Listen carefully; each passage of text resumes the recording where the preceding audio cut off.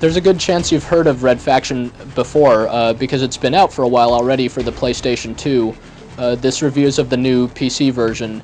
It's pretty much the same game. It's a first-person shooter that takes place on Mars. The plot of the game is similar to the Paul Verhoeven film Total Recall. It's sort of a big Martian rebellion against a horrible totalitarian company, and where you get to take up arms against these evil corporate lackeys. The main difference between the PC version and the PlayStation 2 version is that the PC version runs at higher resolution. It also adds more multiplayer features, including a 32-player mode that supports deathmatch and team deathmatch and capture the flag modes of play, and has plenty of maps for any of these. Otherwise, it's pretty much identical to the game that was released in May for the PlayStation 2.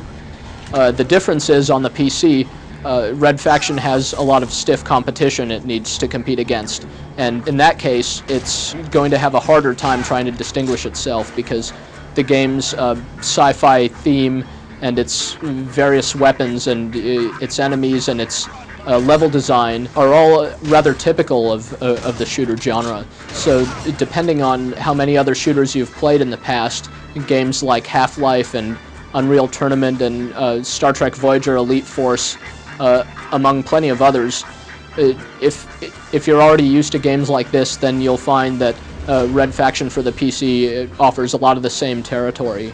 The game does have a lot of its own unique features, and it's questionable whether these really distinguish it from other shooters that have come before it, but they're certainly worth mentioning. The highly touted geomod system, as the developers Volition call it, it basically lets you blow holes through the environment, which you normally can't do in other games. Other games let you shoot bullet holes into walls and stuff. Well, this lets you blow up the walls completely in certain specific areas. So you can get your big rocket launcher, and you might come up against a locked door or something, and rather than try to find a key for it, and actually you rarely have to find keys in Red Faction, instead you can just send a few rockets into like the cavern wall next to the door, and that'll create a nice little opening for you. It's a pretty nice effect, and it's used with surprising restraint in the game. It's actually used quite rarely. It figures more prominently into some of the multiplayer maps, actually, such as in the Capture the Flag levels, where you have your two team bases on either side, and rather than have to navigate a bunch of corridors to get to the opposing team's flag, you can just sort of take your giant rocket launcher once again and kind of cut a path. So that's a rather interesting element. In addition to that, Red Faction lets you commandeer 5 different vehicles, and these look quite cool. They kind of run the sci-fi gamut from kind of armored personnel carriers and like drilling vehicles, all the way on up to like submarines and flying cars, all armed with various weapons and so on, and you see the view from the perspective of these different vehicles when you're in them. It's not that complex of a simulation, but it's a nice way of breaking up the gameplay through the single player levels, and it lets you really take care of a lot more bad guys than you normally could.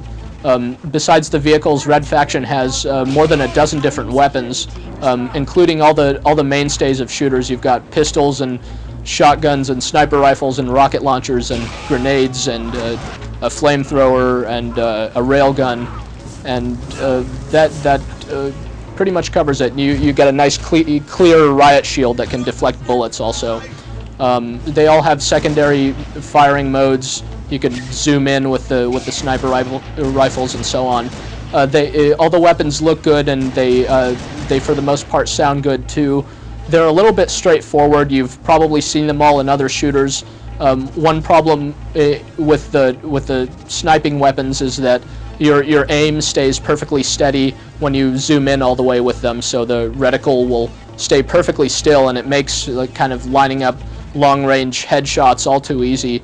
Otherwise, some of the weapons are rather underpowered, such as the shotgun. these weapons are like too slow to reload. So you'll find that even though the game has about 15 weapons in it, you'll really come to rely on just a handful of them, and the only time you'll switch to other ones is when you happen to be running low on ammo. The single player levels in Red Faction are pretty diverse in some ways, and then not so much in others. All the sort of Martian, cavernous, or corporate environments are again the sort of stuff you've probably seen before in other sci-fi games. On the other hand, there is a fair bit of variety in the gameplay. There's some stealth levels, and you hop in the vehicles and you swim underwater, stuff like that. So it it certainly doesn't get boring, and if anything, it all ends a little too quickly after about 10 hours. So Red Faction isn't a particularly long game either. There's some replay value in that it has multiple difficulty settings and the like. But the levels are scripted pretty tightly, so they'll all be pretty much the same if you attempt them on multiple tries. So altogether, Red Faction is really a very solid shooter. It looks good, it sounds good. The levels are varied. It's got some unique features to it. But on the other hand, if you're sort of expecting a shooter to surprise you, and you've played a lot of other ones, then Red Faction probably won't do the trick for you. And even its multiplayer mode, won't be too drastically different from what you've been accustomed to. It's a perfectly good game to add to your collection if you like shooters in general and don't expect anything from them that you haven't already seen before. And ultimately, it's superior in a lot of ways to the PlayStation 2 version, thanks to its higher resolution graphics and its better multiplayer mode. So it's another good offering from the talented team at Volition Software, who also made games like Free Space 2 and Summoner more recently. It's just a bit unfortunate that it doesn't have the same sort of sense of creativity to it that those other games did. But then again, shooters aren't really a genre particularly known for their creativity, and again, if you don't expect too much out of it, then Red Faction will probably be right up your alley.